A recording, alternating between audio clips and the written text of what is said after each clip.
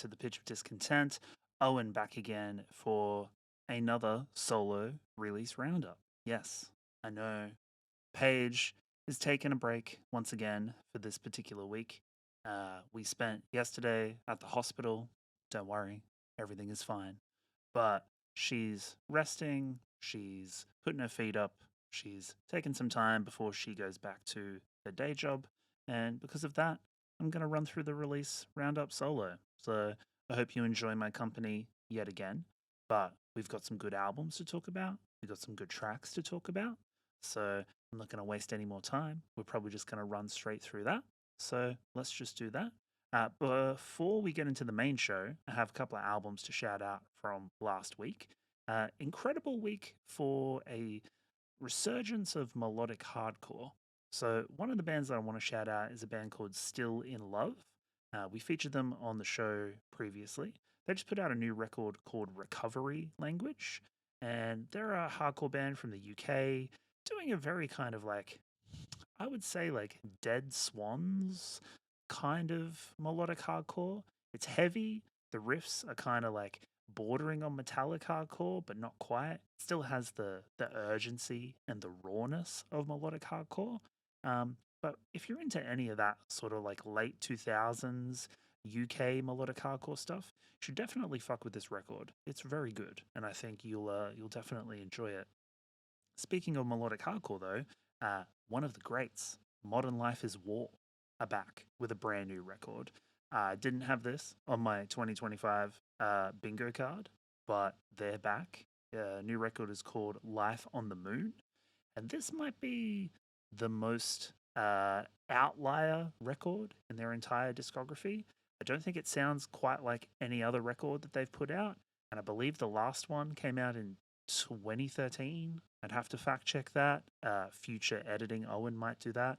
But yeah, it's been a while. It's been 12 years since they put out a record, and the band have obviously aged, grown creatively, sonically, philosophically, perhaps. Cool record. So if you've enjoyed anything in the band's catalog, I would highly recommend checking this one out. It's definitely a cool listen, an interesting listen. So that's nice. And then another record that I want to shout out, not melodic hardcore, but still a dope record, is the new record from UK indie punk outfit Shame. They have a new record called Cutthroat. I heard about this record, so I'm a big Shame fan, but admittedly wasn't following the release cycle that closely. So when it popped up in the kind of new releases on Friday, I was like, oh shit, that's right. Shame have a new record. Let me listen to that. And this thing's dope. It's very diverse. It pulls and pushes in a bunch of different directions for Shame, which I think is quite nice. Still has a couple of bangers in there, a couple of pop songs in there. So that's always nice to hear. There's a song on the back end in kind of side B that has like a Latin kind of feel to it. And I believe the lyrics are about like a Brazilian freedom fighter, I think. Super fun, super interesting. And yeah, if you've enjoyed anything in Shame's catalog, highly recommend checking out Cutthroat because it's a cool record. And before we get into the main show, I would be remiss without mentioning a gig that I attended last week, which was friends of the show, Blood on My Hands. I'm wearing the drip, as the kids say. Uh, Incredible show, part of their Death Through Devotion EP tour, headline show at Revolver here in Narm/Melbourne. Incredible bill, a 5-band bill, which for 36-year-old me was a bit of an undertaking, but I pushed through for the show. Incredible lineup. Ends in Tragedy, which are a local metalcore band that I have featured on the show and raved about on the show. They opened that particular gig. Fucking crushed it. The kids are all right. They love metalcore. They love breakdowns. Incredible vibe. Great stage presence. Just a really, really good way to kick off the show. And then we had the band Cutthroat, Nowhere to Run, Seven Hells, followed by Blood on My Hands doing the headline set. And it was incredible to hear the stuff off that EP, which is fucking brilliant. And we talked all about it on the show with our guest episode with Dill and Stu. So I'll throw a link up there for people to check that out. If you're interested, we go all in on the EP, influences, writing, all of that sort of stuff. But live, just an incredible show. Just all heavy bands, all different heavy bands, and people just stoked to, windmill and mosh and kick each other and fuck up the venue a little bit. It was sick. Such a good time. I had a great, great experience, and I still love going to shows, even if I'm fucking old and in mosh retirement. It still brings me a lot of joy to see other people get a kick out of hardcore and metalcore and give back to the scene. So, yeah, stoked for people to check out Blood on My Hands because they fucking rule. All right, should we get into the main show? I think we should get into the main show. Let's get through these tracks. Hello, Owen popping in to say, please sign up for the TPD Patreon. This is what helps us keep the lights on and keep the show going. The link is at the bottom of your screen right now, patreon.com/tpdpod. All of our patrons get exclusive access to Side B of our Roundup episodes, so you get a few extra tracks, as well as our feature album discussion and the full show experience. Our patrons also get exclusive access to behind-the-scenes, off-the-cuff chit-chat from all of our guest episodes. But the patrons are the ones who make all of this happen. For as little as $5 a month, you can sign up to the TPD Patreon, and it really helps us out, really helps us keep the show going. So shout out to all of our patrons, shout out to our executive producer patrons, you're the real ones, and yeah, thank you so much for watching the show.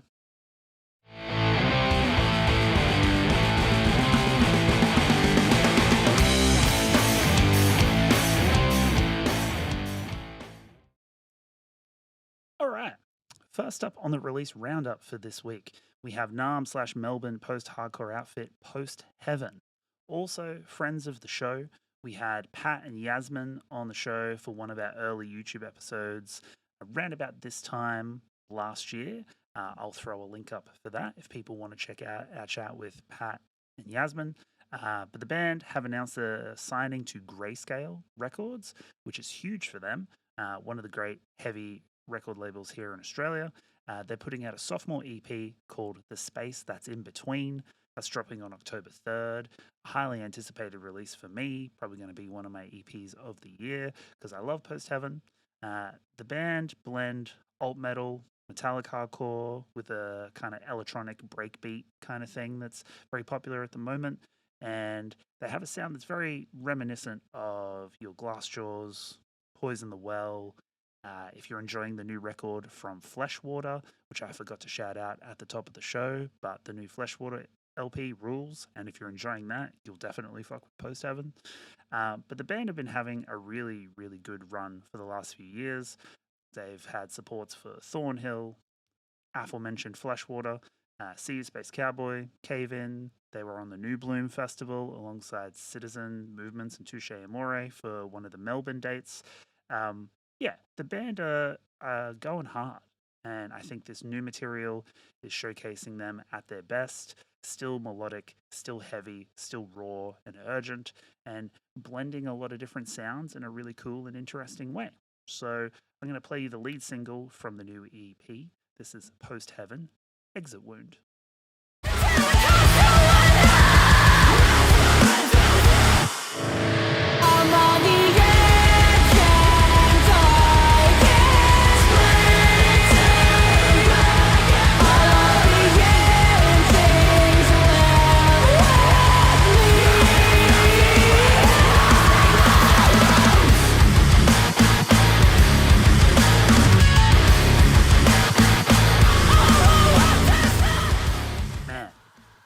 New stuff absolutely crushes.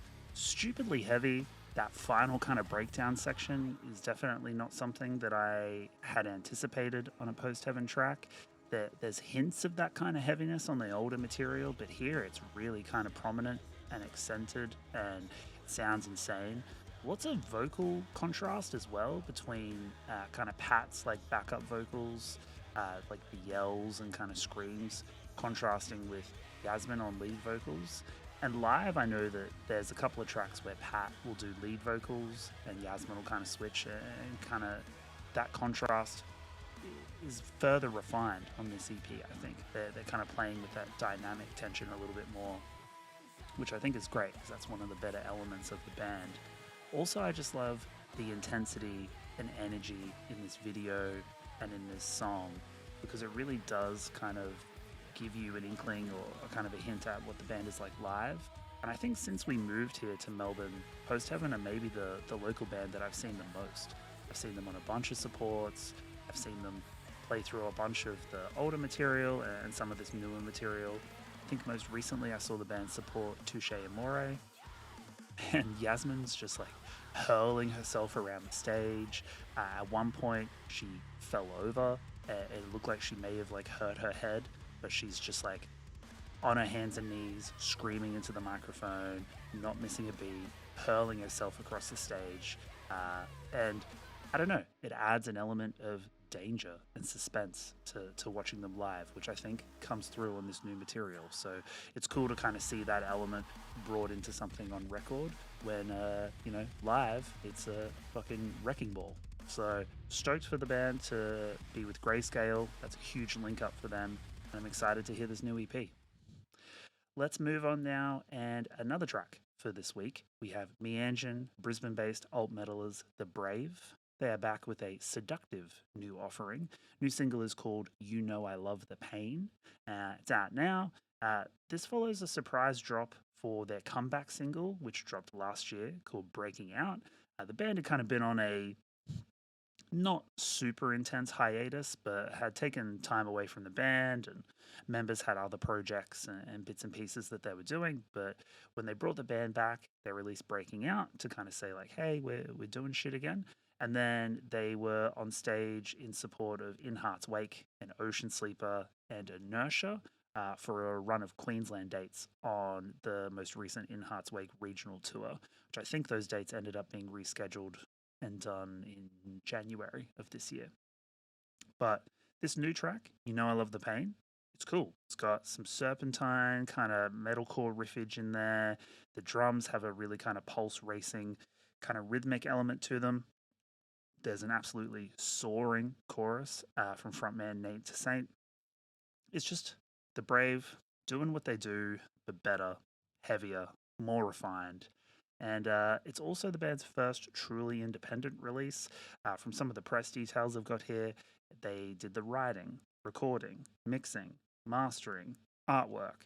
And then for the music video, they filmed it, directed it, and edited it all in-house. So the band are kind of like really just doing whatever they want at the moment. And I think that creative freedom, that ability to kind of take the band in any direction they want, is really kind of creatively fulfilling, because it seems like they're just doing the most raw, honest version of The Brave, which is dope.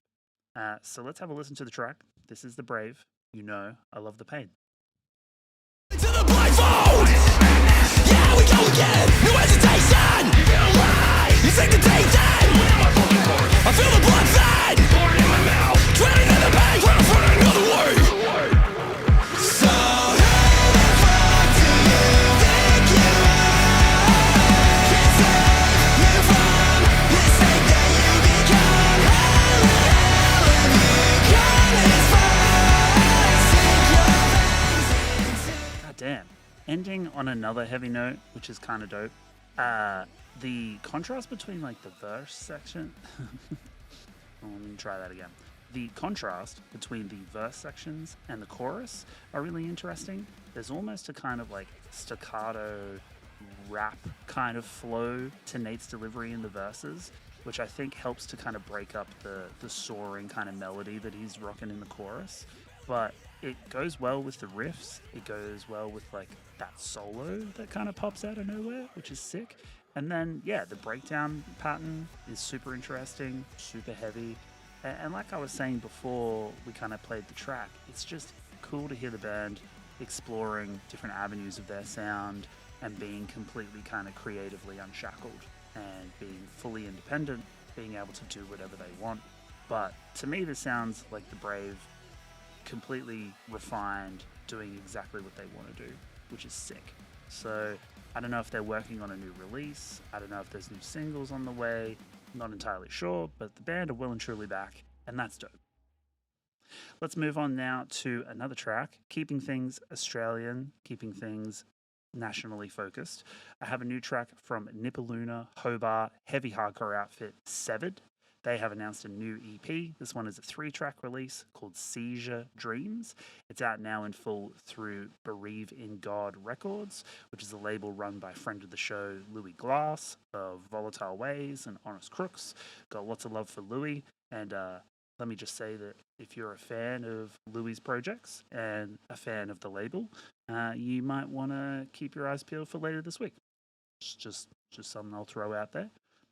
This release, Seizure Dreams, was recorded, mixed, and mastered by Elliot Gallart at Chameleon Studios in Sydney.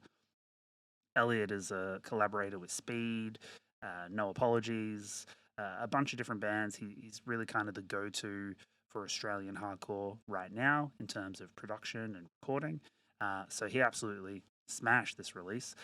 Severed really have these like crushing, stupid heavy beatdown mosh parts, but they're mixing it with a very kind of dark, grim, metallic, evil kind of atmosphere. And the notes here I've got from the label say that the 3 tracks on offer here are stronger, more refined from the band's 2024 demo. So love seeing bands elevate their shit and kind of push forward on every subsequent release. I'm going to play you the lead single from Seizure Dreams, which I believe is the second of the 3 tracks. This is Severed World.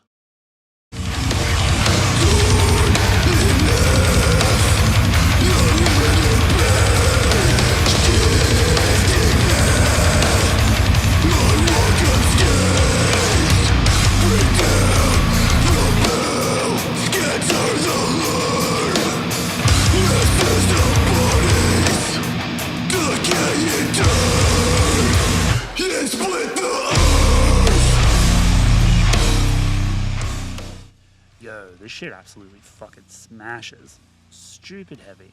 I think the link up with Bereave in God makes complete sense once you kind of listen to that song, because I hear shades of the kind of heaviness and kind of like hardcore death metal adjacent sound that Volatile Ways do. I also hear the like stupid heavy metallic hardcore that Honest Crooks have been doing. So like linking up with Louis based on his projects makes complete sense. But there's lots of crazy shit going on here, just like relentless double kicks, stupid heavy rhythms. The riffs are fucking like grim and evil.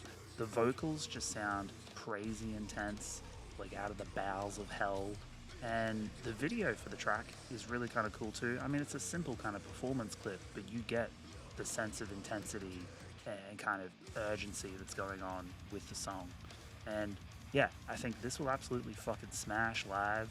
And I know that the band are definitely kind of up in their game based on other bands of a similar caliber in the country. I'm thinking of Scorn, I'm thinking of Splinter, aforementioned Volatile Ways and Honest Crooks. Like, there are a lot of bands doing this kind of heavy hardcore, and Severed are definitely stepping up to the plate to be like, yeah, we can fucking smash with these guys too. Let's fucking go. It's dope. I love it. All right, apologies. Reese was running around here in the studio crying because he wanted to go out and hang out with Paige, so I had to sort that out. But I'm back. I'll do a little smash cut. Everything will be fine here. Let's move on to the next one for side A this week. Very excited to talk about this release. So we have the second album from hardcore outfit Excide. This record is called Bastard Hymns, and it arrives on November 28th through Sharptone Records. This is a band that I've been following for years now, since the release of their debut LP, Deliberate Revolver, which came out in 2022 through New Morality Zine. Off the back of that record, they managed to get the link up with Sharptone, and they put out a 2-track release called Humdinger in 2024. I'm fairly certain we featured one of the lead singles on the show, but I do so many of these, it's kind of hard to remember. I love this band. They kind of fuse like Snapcase adjacent kind of like groovy alt metal hardcore with stuff like Quicksand and Cave In, but then they've also got like a 90s alt rock sensibility when it comes to like the hooks and melodies. So I'm thinking of stuff like Queens of the Stone Age, Soundgarden, Failure, that sort of thing. It's like a weird Venn diagram merging all of that shit together, but it's cool. and it's something that I don't see a lot of people doing in the hardcore space right now, so that's why they're one of these exciting bands that I've been stoked to follow for years. I have a quote here from frontman Tyler Washington talking about the record. He says, quote, "Having felt like we accomplished what we came to do on the first record, there were no guidelines or barriers around where we were to go next. This opened up so many avenues for our creativity and exploration. We were lucky enough to begin working with Sharp Tone the following year, which put the band back in gear and opened up new possibilities for the path forward. This allowed us to really push the sonic needle into uncharted territory, even further accented by Austin Coop's co-writing and production." So, yeah, I think the band are going full steam ahead. They've got that creativity locked in. They've got the Sharp Tone partnership locked in. This new record is probably going to be their best stuff yet. Let's have a listen to the lead single. This is Excide, Worth Your Salt. Let's find out what you're worth. Let's find out if you're worth your soul. I won't be another another fix that's replica. We just get it honest. You're stuck in the past. Make amends. Such a sick combination of sounds. It's like the fun, like southern tinged hardcore riffage of like old Every Time I Die records, mixed with like the melodic sensibilities of, I don't know, like Turnstile and bands that are really kind of operating in that very melodic register when it comes to like punk and hardcore. It's super sick, and I just think no one's really doing a sound like this at the moment, and Excide are doing it like so well and so passionately that it just has me super excited. It's a short song, but it really does switch and move in a bunch of different registers, which is kind of interesting, and they managed to pack a lot of different transitions and a lot of different stuff into like 2.5 minutes. But the video is also like super funny and goofy. And I was reading some of the press material, like they're riffing on like a love of Lethal Weapon, which is kind of fun. Yeah, just a super interesting band, lots of cool creative stuff going on. And from everything I've read, Bastard Hymns sounds like it's going to be the band's best material yet. And I'm stoked because Deliberate Revolver was fucking sick. So I'm sure this is going to be even sicker. Let's move on now to the last song, Side A. Very excited to talk about this one. This is a collab that has been teased and floating around the internet for weeks now, but it's finally here. We have a track that features 3 of the rock and alternative scene's most prominent signature voices.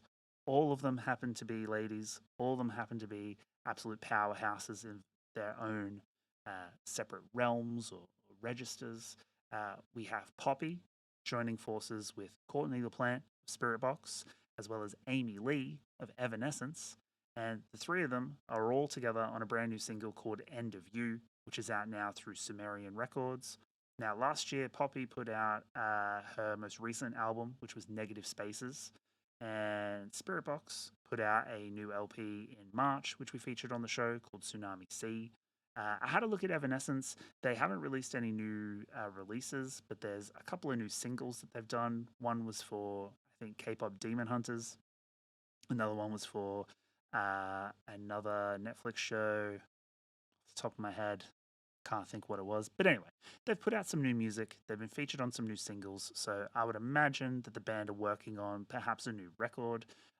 Also earlier this week, the Australian shows got announced. So they're going to be playing some shows here, which is exciting. I'm sure people haven't seen Evanescence in a very long time. But anyway, enough of that. Let's talk about the collab. Let's listen to the song. So this is Poppy, Amy Lee, Courtney LaPlante, End of You.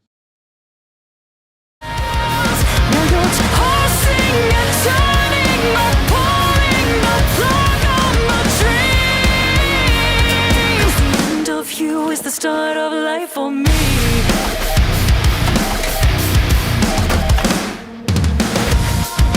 How is that to know? Crystalline castles turn to dust in the palm of your hand, but I'm wide awake this time. Unreal. Truly psycho collaboration, and I'm not entirely sure of the songwriting credits on this one, but the way the track manages to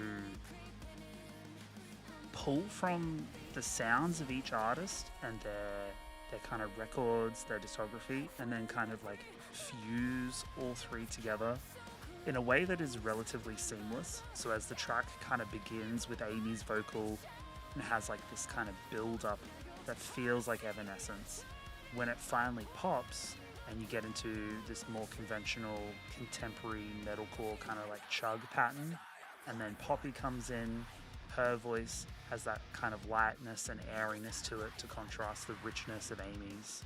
And then as things kind of progress, you get right up to the 2-minute mark when the breakdown hits, Courtney drops in, suddenly it has the urgency and intensity of a Spirit Box track. And then as the three of them start to kind of harmonize, entwine together, and kind of take over, it really does kind of just like feel like this could be a Spirit Box song, this could be a Poppy song, this could be an Evanescence song. Like it's all kind of mixed together in a way that is like very seamless. It all works. It doesn't feel forced. It's not just, Poppy with some guests. It's really all three of them collaborating together and creating something unique for the three of them, which is just so fucking dope. And like the promo photos and stuff have been super cool, like all of them with their dark hair, all of them kind of being these very kind of like evocative representations of femininity and empowering kind of voices for women in the rock and alternative space. So sick. All icons. It's a great track. It really is a strong representation of where all three of them sit. Obviously Amy's been around a little bit longer, but Courtney and Poppy are definitely two of the most prominent voices in the contemporary space. But obviously they look up to someone like Amy and they've probably been inspired by her music. So to kind of like have that link up is both like nostalgic, but also very relevant. Super cool. Just an incredibly strong song. And I don't know, maybe they do a collab album. Maybe they enjoy this so much that they do more. Who knows? But I'm here for it. It fucking rocks. That brings us to the end of side A. I've really kind of just powered through this one. I want to be able to get the edit out nice and quick. So I'm sorry if this is a shorter episode, but I really just want to get these tracks to you. I want to get the episode out. I want people to be fucking with these songs. You can keep watching for the rest of the show because I got side B to go. I got 3 more songs. I got an incredible feature album to talk about. So if you want the rest of the show, sign up to the Patreon. Patreon.com/TPDpod. We'll put the link here for people to do that. But that helps us support the show, keep the lights on, pay my wage, however meager that might be at this current moment. But if you would like to increase that, be a Patreon. Be a Patreon. Be a patron of the Patreon. Support the show. Help us do what we do. We've got a lot of exciting things coming. We've got some big ideas for the channel. We really want to grow what we're doing. So if you want to help do that, please do. If not, totally fine. I know what things are like out there. It's tough. So that's okay. And you can catch us on the next Release Roundup. And I'll see you then. Cheers.